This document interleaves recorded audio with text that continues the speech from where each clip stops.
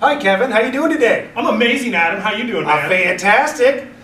Welcome to the Real Estate Ninja Show. I'm Kevin Cross with Cross Associates and Foundations Realty. Adam Hefner with First Rate Financial. Excellent. Hey, Adam, how would you like to make $24,200 this year? I'd be real excited to make $24,000. All you have to do is own a home. Mind blown. Boom! All right, so what we're going to talk about today on the Real Estate Ninja Show is the hidden costs and benefit, the hidden benefits of owning real estate. Kevin and I were talking earlier, and a lot of people talk about buying a home and about all of the big, shiny benefits. We talk a lot in our show, in our business, about cash flow, specifically when it comes to owning multifamily homes.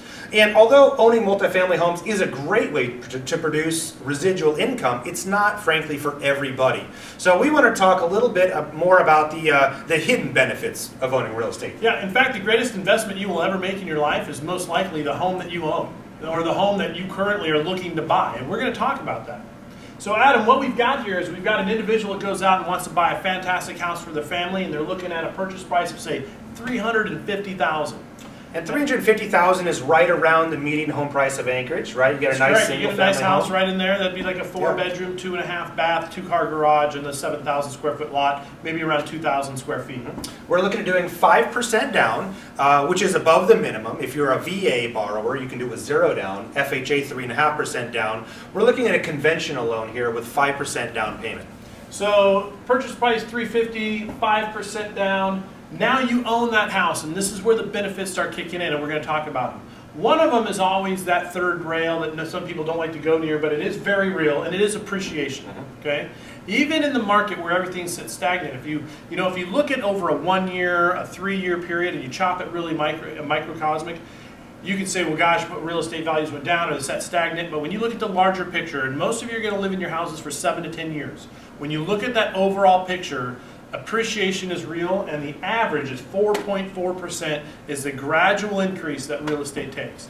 Now let's talk about this for a quick second, all right? As Kevin had mentioned, appreciation, a lot of real estate agents are hesitant or tentative to talk about appreciation because no one can guarantee this, right? No one can guarantee the amount at which your home will appreciate, but it is a force of nature. It just happens. Well, you know who does guarantee that? Lenders.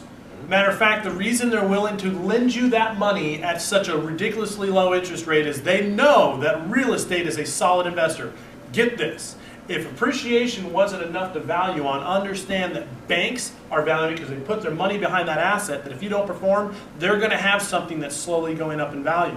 The whole mortgage industry, the whole banking industry is based on the fact that appreciation is going to occur. And you've heard of this thing called inflation, right? Inflation makes the cost of everything, all goods and services in our economy, cost more every year. And the target for inflation, that's right, the target for inflation by the Federal Reserve is right around 2%, right? So that's the goal that our country shoots for, is 2% inflation year over year. And real estate appreciation typically just outpaces that, just how we get to this average of 4.4. So 4.4% is the national average. I think I got that from Bankrate, a couple different websites. We verified that information. Our original hypothesis was it was closer to 4%, maybe as high as 6. 4.4 is what they tell us, which means that on your $350,000 purchase, the average appreciation means an additional $15,400 in value per year.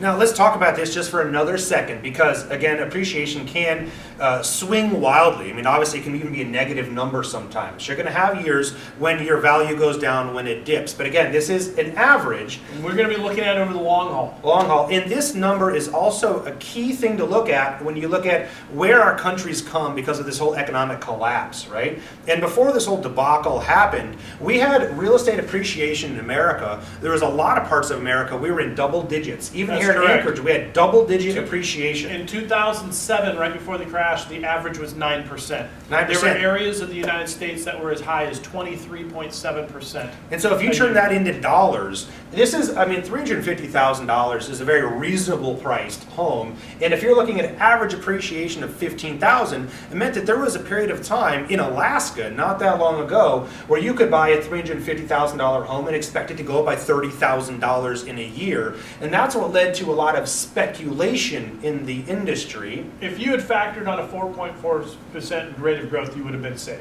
You would have been safe. I mean, you wouldn't have extended yourself out with adjustable rate mortgages that have a risk of locking really higher, because you're factoring in on what we consider averages and safe terms.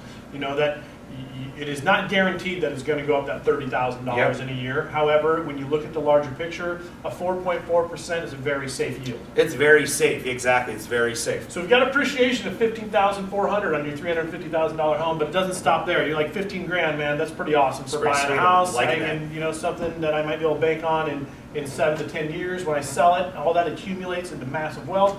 But then you get tax savings, and based on a median income, of course, this goes up or down depending on your interest rate and your particular tax savings.